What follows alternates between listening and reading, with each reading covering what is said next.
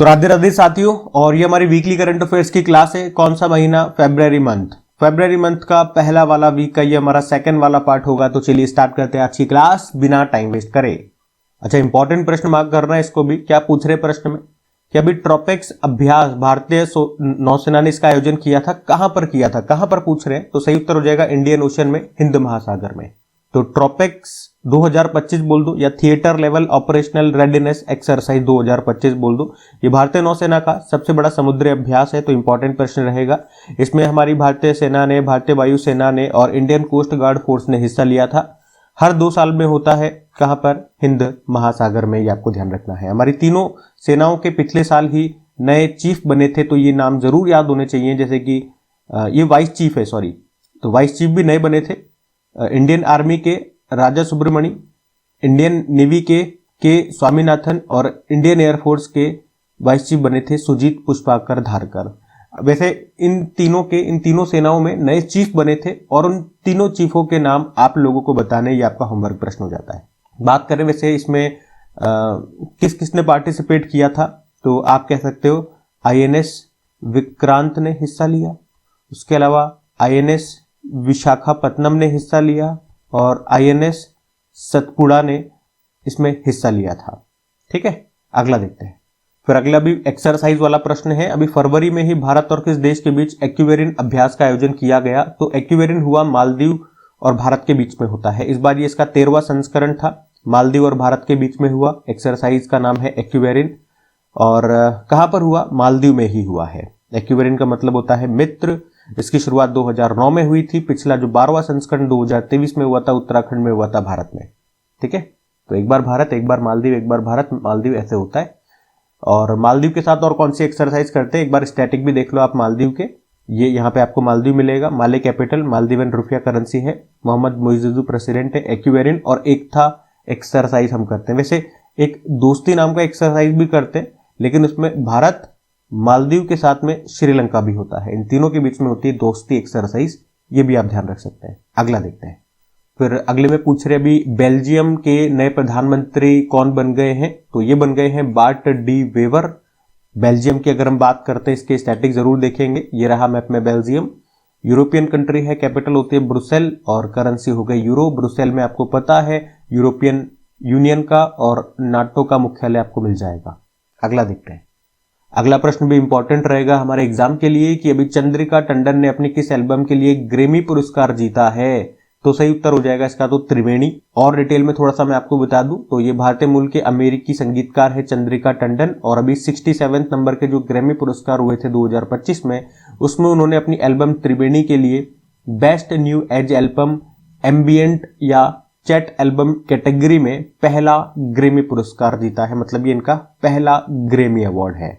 इससे पहले वो ग्रेमी पुरस्कार के लिए नॉमिनेट हो चुकी हैं 2011 में सॉल कॉल एल्बम के लिए, पर मिला नहीं था। मिला तो अभी त्रिवेणी के लिए है। तो ये इंपॉर्टेंट रहेगा। ग्रेमी अवार्ड्स ये संगीत के क्षेत्र में दिए जाते हैं और अमेरिका में दिए जाते हैं। पहली बार 1959 में दिए गए थे। और क्या याद रख सकते हो आप, ये थोड़ा सा और देख लो किन किन भारतीयों को मिल चुके हैं ग्रेमी पुरस्कार। वैसे तो बहुत सारों को मिल चुके हैं। तो जब बहुत सारों को मिलते हैं ना, तो जो पहली बार मिले वो ज्यादा इंपॉर्टेंट हो जाता है। पहली बार किन भारतीयों को मिला था? पंडित रविशंकर जी को मिला था 1967 में। टोटल 5 बार इन्हें मिल चुका है। सितार वादक थे ये। और सबसे ज्यादा बार इन्हीं भारतीयों को मिला है। 2013 में Grammy life time achievement award भी इनको मिल चुका है। बाकी इस बार एक तो ये चंद्रिका टंडन का नाम हमारे लिए इंपॉर्टेंट रहेगा। बाकी और भी बहुत सारे कैटेगरी में ग्रेमी अवार्ड दिए गए, वो सारे अंग्रेजों को दिए गए हैं। लिस्ट मैंने यहाँ पे लगा दी, एक बार फिर भी आप देख सकते हैं। अब अगला प्रश्न देखते हैं। फिर अगला प्रश्न क्या है कि भारत सरकार ने पहली बार किन खेलों के लिए भारतीय दल को पूर्ण वित्तीय सहायता प्रदान करने का निर्णय लिया था? तो आंसर हो जाएगा Asian winter games. Asian winter games की हम बात कर ले तो नवा एडिशन है 7 से लेकर 14 फरवरी तक। कहां पे? चीन के हार्बिन में। हार्बिन शहर दूसरी बार इन खेलों की मेजबानी कर रहा है। इससे पहले 1996 में ये इसे होस्ट कर चुका है। स्लोगन और मैस्कॉट ध्यान रख लो। Winter dream love among Asia. Mascot है बिन बिन और निनी। ठीक है, विंटर एशियन गेम्स याद रखना कहां पे हो रहे हैं, कौन सा एडिशन है, स्लोगन क्या है, मैस्कॉट क्या है, सब मैंने आपको बता दिया। और प्रश्न क्या था कि भारत सरकार ने पहली बार किन खेलों में? तो एशियन विंटर गेम्स में भारतीय दल को पूर्ण वित्तीय सहायता देने की घोषणा की थी। अगला देखते हैं। फिर अगले में पूछ रहे हैं right to die with dignity को लागू करने वाला दूसरा राज्य कौन सा बन गया है, तो ये कर्नाटक बन गया है। अब होता क्या है, right to die with dignity, सम्मान के साथ मरने का अधिकार, ऐसा लागू करने वाला दूसरा राज्य कर्नाटक बन गया है। तो पहला कौन सा था, तो पहला केरल था। इसमें क्या होता है, इसमें ये होता है, ऐसे समझो कि अगर कोई व्यक्ति है जो कहते हैं ना जिंदगी और मौत के बीच में जूझ रहा है, या फिर जबरदस्ती हमने उसको जिंदा कर रखा है वेंटिलेटर पे लेटा के, या मेडिकल की जो भी मशीनें 10 मशीनें लगा करके बस जिंदा रख रखा है, वो बोलते हैं ना चालते हैं, बस सांस ले रहे हैं, जैसे हमने मशीनें हटा दी वो सांस लेना भी बंद कर देंगे, ऐसी बहुत सारी कंडीशन आती है। तो उसी के लिए कहा गया है कि उन मशीनों को हटा दो और नेचुरली डेथ आ जाने दो, उन्हें मर जाने दो, ठीक है। और ये हमारे अनुसार नहीं होगा, ये वही कहेंगे। अब आप कहोगे ये तो बेहोश है, ये कैसे कहेंगे, तो ये पहले ही कह के जाएंगे, ठीक है, ये पहले ही लिख के जाएंगे अपना जो भी होगा कि भाई अगर ऐसी कंडीशन आ जाए, जैसे मान लो मैं अभी आपके सामने बोल रहा हूँ, ठीक है, मेरी उम्र है मान लो 36 ईयर, और मैं भविष्य में कह के जा रहा हूँ अगर मेरे साथ ऐसी कंडीशन हो जाए तो मेरे को मशीनों के साथ मत जिंदा रखना, मशीनें हटा देना, मेरे अपने आप नॉर्मली जो भी नेचुरल डेथ है वो आ जाएगी, ठीक है। तो भविष्य में जाकर के आज से 10 साल बाद 20 साल बाद जब भी मेरी ऐसी कंडीशन आती है तो ये मेरा एग्रीमेंट है, इस एग्रीमेंट को दिखा देंगे मेरे घर वाले कि भाई इन्होंने कहा था कि ऐसा ऐसा हटा देना, मशीन के सहारे जिंदा मत रखना, तो बस सम्मान के साथ मुझे मरने दिया जाए। तो बस ये है, ठीक है। ऐसा करने वाला दूसरा राज्य कर्नाटक बन गया है। और ऐसा क्यों किया जा रहा है, ऐसा क्यों हो रहा है सब कुछ, तो सुप्रीम कोर्ट ने 2023 में कहा था कि संविधान के अनुच्छेद आर्टिकल नंबर 21 के तहत जीने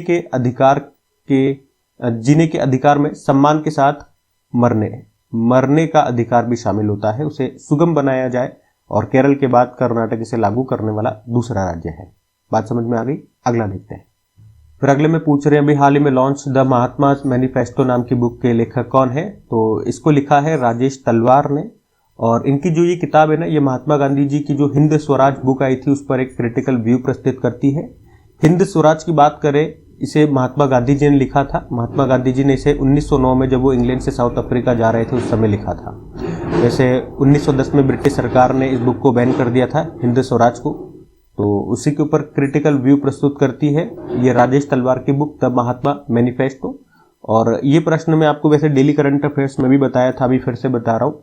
ये प्रश्न आपके एग्जाम में आया था कि किसके दौरान महात्मा गांधी जी ने हिंद स्वराज को लिखा था। अब देखो ऑप्शन भी कैसे दे रखे हैं, जब वो जहाज से इंग्लैंड से भारत की यात्रा पर थे, साबरमती आश्रम में थे, या इंग्लैंड से दक्षिण अफ्रीका जा रहे थे, तो यही इसका उत्तर होगा। देखो इस तरह के प्रश्न भी आ जाते हैं एग्जाम में, ठीक है, ध्यान रखना ये। अगला देखते हैं। फिर अगले में पूछ रहे हैं किसने अभी टाटा स्टील चेस मास्टर्स 2025 का खिताब जीत लिया है, तो आर प्रज्ञानानंद ने जीत लिया है। और इसका फाइनल हुआ था अभी कहाँ पे, ये नीदरलैंड में खेला गया था, और इन्होंने फाइनल में डी गुकेश को हराया है और ये खिताब जीत लिया। इतना सा ध्यान रखना है। अगला देखते हैं। फिर अगला निधन वाला प्रश्न है, किस देश के पूर्व राष्ट्रपति हॉर्स्ट कोहलर का निधन हो गया, तो जर्मनी के ये पूर्व राष्ट्रपति थे। ये जर्मनी में 2004 से लेकर 2010 तक जर्मनी के राष्ट्रपति रहे थे। उससे पहले ये इंटरनेशनल मॉनेटरी फंड के हेड भी रह चुके हैं सन 2000 से लेकर 2004 तक। नाम था हॉर्स्ट कोहलर और अभी इनका निधन हो गया, ध्यान रखना। फिर अगले में पूछ रहे हैं कि भारत का पहला सफेद बाघ प्रजनन केंद्र किस राज्य में स्थापित किया जाएगा, तो ये किया जाएगा मध्य प्रदेश में। मध्य प्रदेश में भी पूछोगे तो रीवा जिले में। और यहाँ पे एक पॉइंट मैं आपको और बता दूं कि 2016 में ही विश्व की पहली सफेद बाघ सफारी भी ये मध्य प्रदेश में ही शुरू हुई थी, मध्य प्रदेश के सतना में। और जो भारत का आखिरी जंगली सफेद बाघ था ना, उसका नाम था मोहन, ठीक है। और ये कहाँ पे देखा गया था या कहाँ पे खोजा गया था, या इसको किसने खोजा था, तो इसको राजा मार्तंड ने खोजा था, राजा मार्तंड देव ने। कब? 1951 में। कहाँ पे? गोविंदगढ़ के जंगलों में, ठीक है। व्हाइट टाइगर की बात चली तो थोड़ा सा इससे रिलेटेड डेटा मैंने आपको और बता दिया, ये भी ध्यान रखो। ऐसे प्रश्न आपको याद रखना ही है। अगला देखते हैं। फिर अगले में पूछ रहे हैं अभी हमारे जो केंद्रीय ग्रामीण विकास मंत्री हैं, उन्होंने पानी के संरक्षण के लिए, कंजर्वेशन ऑफ वाटर के लिए भी कौन सी यात्रा शुरू की थी, तो वाटर शेड यात्रा शुरू की थी। और हमारे ग्रामीण विकास मंत्री या किसान कल्याण मंत्री, कृषि किसान कल्याण मंत्री कौन है? शिवराज सिंह चौहान है, याद रखना। और अभी इन्होंने वाटर शेड यात्रा शुरू की थी। उद्देश्य है लोगों में पानी के संरक्षण को लेकर, कंजर्वेशन को लेकर के जागरूकता, अवेयरनेस बढ़ाना। थीम थी इसकी जल लाए धन धान्य। फिर अगले में पूछ रहे हैं अभी किस आईआईटी ने भारत का पहला कैंसर जीनोम एटलस लॉन्च किया था, तो इसका सही उत्तर हो जाएगा आईआईटी मद्रास ने ऐसा लॉन्च किया था। ठीक है, तो याद रखेंगे भारत का पहला कैंसर जीनोम एटलस इन्होंने लॉन्च किया है आईआईटी मद्रास में। मतलब बहुत सारे रोगियों का इन्होंने डेटा कलेक्ट कर लिया। ठीक है, तो इनके पास बहुत सारा इस तरह का डेटा आ गया और मुख्य रूप से ब्रेस्ट कैंसर, स्तन कैंसर का डेटा आ गया। तो अगर किसी व्यक्ति को स्तन कैंसर है तो शुरुआत में ही उसका पता लग जाएगा। जो उनके पास सैंपल है कि इनिशियल में ये स्टेज होती है, उसके हिसाब से ये पता लगा लेंगे कि आगे चल करके इसको स्तन कैंसर होने वाला है।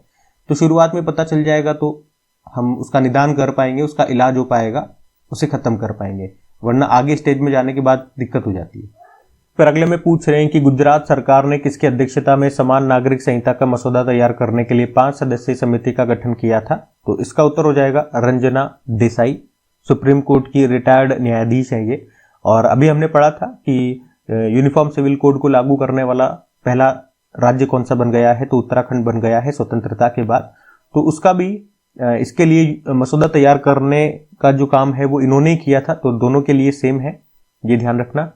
ठीक है, अगला प्रश्न देखते हैं। फिर अगले में पूछ रहे हैं अभी हमारी सेना ने उच्च ऊंचाई पर बांस आधारित बंकर डेवलप करने, विकसित करने के लिए किस आईआईटी के साथ समझौता किया है, तो आईआईटी गुवाहाटी के साथ। मतलब ऊंचे स्थानों पर जो पारंपरिक सामग्री होती है, ईंट पत्थर सीमेंट रेत वगैरह, उसके बंकर नहीं बनाए जाएंगे, इन्होंने कहा बांस के बंकर बनाएंगे। तो किस तरह का डिजाइन हो, किस तरह के उसमें हम क्या करें कि वो मजबूती हमें उसी तरह से मिले जिस तरह से ईंट पत्थर से जो बंकर उससे हमें मिलती है, तो उसी के लिए इन्होंने समझौता किया। अब ये रिसर्च डेवलपमेंट करेंगे और फिर यहाँ पे ये बनाएंगे हम बांस के बंकर, ताकि मजबूती वैसी मिले, हल्का भी रहेगा तो लाने ले जाने में आसानी रहेगी। ठीक है, तो आईआईटी गुवाहाटी ध्यान रखना। फिर अगले में पूछ रहे हैं अभी भारत की पहली AI university, artificial intelligence university, ये कहां पर स्थापित की जाएगी, तो याद रखिएगा महाराष्ट्र में स्थापित की जाएगी। इतना सा हमें याद रखना है, लेकिन प्रश्न इंपॉर्टेंट है। अब एआई से संबंधित एक और प्रश्न है आपके लिए कि एआई जनरेटेड बाल शोषण सामग्री पर को अपराध घोषित करने वाला पहला देश कौन सा बन गया है, तो यूके बन गया है। इसका मतलब ये हो गया कि आजकल आपको पता है एआई से बहुत सारे सॉफ्टवेयर आ रहे हैं, तो कुछ भी आप करा सकते हो। और बहुत सारी जगह सोशल मीडिया, यूट्यूब वगैरह में आपने देखा होगा, 2 फोटो मिला लेते हैं और एआई सॉफ्टवेयर में डाल करके उनसे कुछ भी करवा लेते हैं, जैसे किस करवा दिया या कुछ भी एडल्ट काम आप करवा लेते हो, और उसमें बच्चों के फोटो होते हैं, तो ये गलत बात है। तो ये एक तरह से बाल शोषण सामग्री हो गई है, जिसको आपने आर्टिफिशियल इंटेलिजेंस के थ्रू जनरेट किया है। अगर कोई भी व्यक्ति ऐसा करता है, अपने पास रखता है या इसे शेयर करता है, तो वो अपराध होगा, ये आप ध्यान रखिएगा। इसके लिए 5 साल तक की सजा आपको हो सकती है। ऐसा करने वाला पहला देश यूके हो गया है, ये ध्यान रखिएगा। अगला प्रश्न देखते हैं।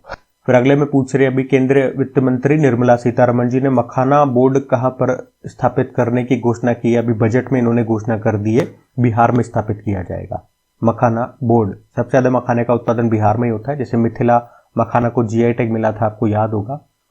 और इसकी स्थापना के लिए जो लागत आने वाली है वो 100 करोड़ रुपए आने वाली है। बिहार में कहां पर होगा ये अभी नहीं पता, लेकिन बिहार में होगा, इतना बताया गया है। जो मिथिला मखाना, अगर ऐसा प्रश्न आ जाए, मिथिला कौन सा, बिहार का जो मिथिला मखाना है, इसे जीआई टैग कब मिला था, तो 2022 में मिला था। इसी तरह से एक बोर्ड आपको याद आएगा, अभी हमने पढ़ा था हल्दी बोर्ड के बारे में। आप बताओ इसके पहले अध्यक्ष और इसका मुख्यालय ये कहां पर स्थापित किया गया है। हम अगला प्रश्न देखते हैं। फिर अगले में पूछ रहे हैं इलेक्ट्रॉनिक्स एंड आईटी मिनिस्ट्री ने अभी किसके सहयोग से एग्री हब को लॉन्च किया है। एग्री हब क्या है, एक तरह का सेंटर ऑफ एक्सीलेंस हो गया, उत्कृष्टता केंद्र हो गया, जहां पे रिसर्च वगैरह ये की जाएगी कि भाई कृषि के क्षेत्र में, एग्रीकल्चर में जो समस्याएं होती है, सूखा पड़ जाता है, बाढ़ आ जाती है, कम उत्पादन होता है, तो इन सब से निपटने के लिए हम क्या कर सकते हैं, इसी पे यहाँ पर रिसर्च किया जाएगा। एग्री हब इसका नाम है। तो आईआईटी इंदौर और इलेक्ट्रॉनिक्स एंड आईटी मिनिस्ट्री ने साथ मिलकर के इसको लॉन्च किया है। ठीक है, ध्यान रखना ये। फिर अगले में पूछ रहे हैं अभी फीस्ट सॉफ्टवेयर को किसने लॉन्च किया है, तो फीस्ट सॉफ्टवेयर इसरो ने लॉन्च किया है। इसका फुल फॉर्म होता है finite element analysis of structure. क्या कर सकते हैं इस सॉफ्टवेयर से, जैसे आपने कोई डिजाइन तैयार किया, अब उस डिजाइन को आप फिजिकल फॉर्म में लेकर के आओगे, ठीक है, वास्तव में उसे बनाओगे, जैसे मान लो रॉकेट का डिज़ाइन आपने तैयार कर दिया, फिर आपने रॉकेट बनाया, उसमें बहुत पैसा बहुत समय लगेगा, फिर आप उस रॉकेट की टेस्टिंग भी करोगे, ठीक है, टेस्टिंग करा, मान लो वो टेस्टिंग में फेल हो गया, आपको लगा रहे यार यहाँ पे ये कमी रह गई, तो आपका कितना समय जा रहा है, कितना पैसा बर्बाद हो रहा है, ठीक है।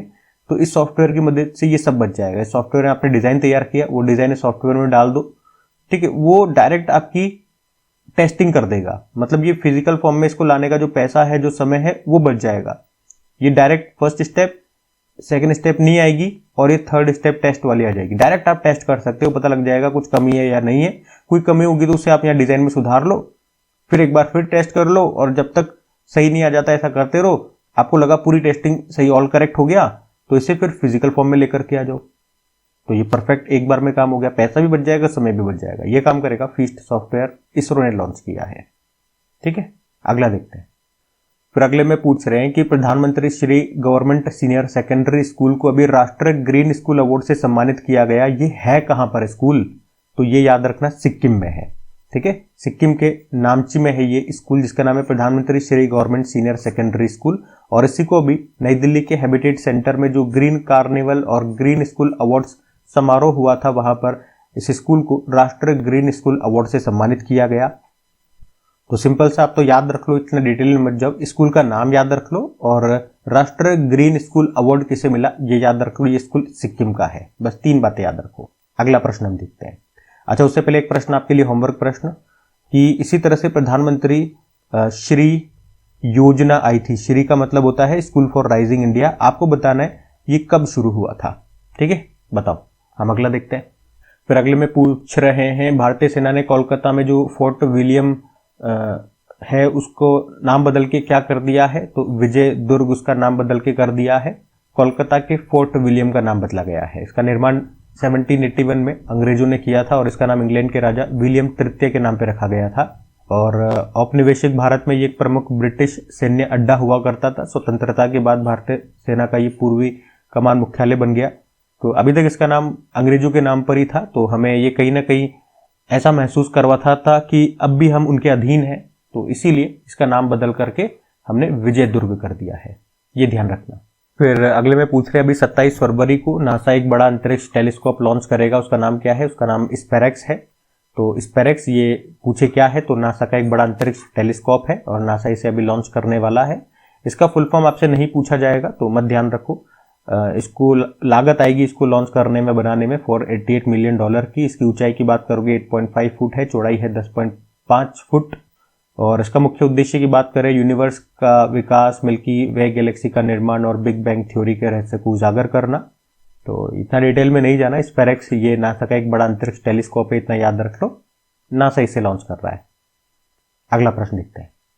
फिर अगले में पूछ रहे हैं, मिसेज वर्ल्ड 2025 का खिताब जीतने वाली पहली अश्वेत महिला कौन बन गई है? तो ये बन गई है तशेगो गेलाय और ये साउथ अफ्रीका से है, ठीक है, ये याद रखना। तशेगो गेलाय साउथ अफ्रीका से है, मिसेज वर्ल्ड 2025 का खिताब जीता है। ये खिताब जीतने वाली पहली अश्वेत महिला बन गई है, इतना आप ध्यान रखो, ठीक है। और विक्टोरिया थेल्विक भी देख लो एक बार। मिस यूनिवर्स 2024 का खिताब इन्होंने जीता था, डेनमार्क से है, ये प्रश्न आ चुका है एग्जाम में। क्रिस्टीना प्रिस्कोवा की बात करें, मिस वर्ल्ड 2024 का खिताब जीता है, ये चेक रिपब्लिक से है, चेक गणराज्य। निकिता पोरवाल मिस इंडिया 2024 का खिताब जीता है और ये उज्जैन से बिलोंग करती है, ठीक है। अगला देखते हैं अभी। फिर अगले में पूछ रहे हैं, सिमोना हालेप, इन्होंने संन्यास ले लिया है, इनका संबंध किस खेल से है? तो टेनिस से इनका संबंध है और इन्होंने 2 बार अपने जीवन में ग्रैंड स्लैम खिताब जीता है। एक तो 2018 में विंबलडन ओपन, जो कि सबसे पुराना ग्रैंड स्लैम है, आप जानते हो, और 2018 में तो उन्होंने फ्रेंच ओपन जीता और 2019 में विंबलडन ओपन इन्होंने जीता है। और कुछ समय पहले ही हमने पढ़ा था डोपिंग के कारण 4 साल का इन पे प्रतिबंध भी लगा दिया गया। तो इन्होंने सोचा कि यार 4 साल तो वैसे ही मुझे बैन करना है, बैन रहना है, ऐसा करते हैं सन्यासी ले लेते हैं। तो सन्यास ले लिया, सीधा सा याद रखना, सिमोना हालेप। अच्छा, ये है कहां से, ये प्रश्न भी तो आ सकता है, किस देश से बिलोंग करती है? तो ये रोमानिया की टेनिस प्लेयर है, ठीक है। अगला देखते हैं। अगला प्रश्न भी इंपॉर्टेंट है कि अमेरिका के जो राष्ट्रपति बन गए अभी 47वें नंबर के, कौन? डोनाल्ड ट्रंप, अभी किस संगठन से बाहर होने के कार्यकारी आदेश पर हस्ताक्षर कर दिए? तो याद रखना, एक तो ये United nation human right council से बाहर हो रहे हैं, उसके अलावा WHO से ये बाहर हो रहे हैं। यहाँ पे UNHRC की बात हुई है, United nation human right council, स्थापना होती है 2006 में, मुख्यालय आपको जेनेवा स्विट्जरलैंड में मिलेगा। WHO के भी देख लो स्टैटिक, इसकी जैसे स्थापना होती है 7 अप्रैल 1948 में, इसका हेडक्वार्टर भी आपको जेनेवा स्विट्जरलैंड में मिलेगा। इसके हेड है टेड्रोस अधानोम घेब्रेयेसस। ठीक है, दोनों ध्यान रखना। अगला देखते हैं। अच्छा, अब आप मुझे बताओ अमेरिका के बाद और कौन सा देश है जो WHO से बाहर हो रहा है। ये आपके लिए होमवर्क प्रश्न हो गया। अगला देखते हैं। फिर अगले में पूछ रहे हैं भी, पहला वैश्विक न्याय, शांति और प्रेम शिखर सम्मेलन 2025 ये कहां पर आयोजित होगा? तो ये यूनाइटेड अरब अमीरात में भी कहां पे? तो दुबई में। ये इस साल अप्रैल में होगा और थीम है एक ग्रह एक आवाज, वन प्लेनेट वन वॉइस। ठीक है, तो पहली बार होगा तो इसलिए प्रश्न इंपॉर्टेंट रहेगा, ध्यान में रखना। और आपको याद होगा अभी यूएई ने 2025 को ही समुदाय का वर्ष, ईयर ऑफ कम्युनिटी के रूप में भी घोषित किया है। ये भी अच्छा प्रश्न है, इसको भी ध्यान रखना। फिर अगले में पूछ रहे हैं कि अंतरराष्ट्रीय वायु परिवहन संघ की रिपोर्ट के अनुसार भारत को वैश्विक घरेलू उड़ान भार रैंकिंग में भी कौन सा स्थान मिला है? तो पहला स्थान हमें मिला है, पहले पे हम है, फिर अमेरिका, फिर चाइना है। यहाँ पे हम बात कर रहे हैं passengers load on domestic flight, यानी कि भारत के अंदर जो डोमेस्टिक फ्लाइट्स हैं उसमें जो पैसेंजर है, जैसे आप यहाँ से बैठ के वहां चले गए, मतलब भारत के अंदर ही डोमेस्टिक फ्लाइट में जो यात्रीगण घूम रहे हैं, तो यात्रीगण को लोड बोला है ना, तो लोड के मामले में सबसे नंबर 1 पर है हम। इसमें डेटा भी दिया गया है कि 2024 में 163 मिलियन लोगों ने हवाई परिवहन किया भारत में। तो इस भार के साथ, इस लोड के साथ हम नंबर 1 पर हैं, ये है इसका मतलब। ठीक है, अगला प्रश्न देखते हैं। अच्छा, अगला नहीं, ये यहीं पे खत्म करते हैं। यहाँ पे हमने 7 फरवरी तक के सारे इंपॉर्टेंट क्वेश्चंस कवर कर लिए हैं। उम्मीद करूंगा सेशन पसंद आएगा। पसंद आए तो प्लीज वीडियोस को लाइक जरूर कीजिएगा, लाइक नहीं करा तो दोस्तों के साथ में स्टडी ग्रुप में एक बार शेयर जरूर कर देना। आज के लिए इतना ही। राधे राधे।